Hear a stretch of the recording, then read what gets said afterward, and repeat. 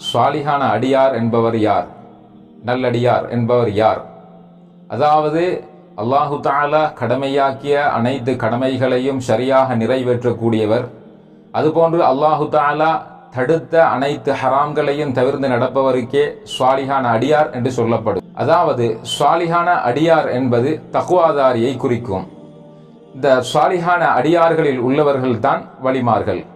ஒரு அடியான் ஸ்வாலிஹான அடியானாக வாழ்வதாக இருந்தால் அல்லாஹுக்கு சுப்ஹானஹு வ தஆலாவுடைய கட்டளைகளை சரியாக எடுத்து நடப்பதுடன் பாவங்களை தவிர்த்து கொள்ள வேண்டும். மேலும் ஒரு அடியான் ஸ்வாலிஹான அடியானாக வாழ்வதற்கு கட்டாயமாக மார்க்கம் கடமையாக்கி வைத்த அந்த கல்வியையும் பெற்றுக்கொள்ள வேண்டும். மார்க்க கல்வியை கற்றுக்கொள்ளாமல், மார்க்க கல்வியை சரியாக பெறாமல் ஒரு அடியான் ஸ்வாலிஹான அடியாராக மாற முடியாது. மார்க்க கல்வியின் மூலமாகத்தான் ஒரு அடியான் எவைகள் கடமை, எவைகள் தடுக்கப்பட்டவைகள், எவைகள் ஹலால் என்பதை அறிந்து கொள்ள முடியும். எனவே மார்க்க கல்வியின்றி ஒரு மனிதனால் ஸ்வாலிஹான அடியானாக மாற முடியாது.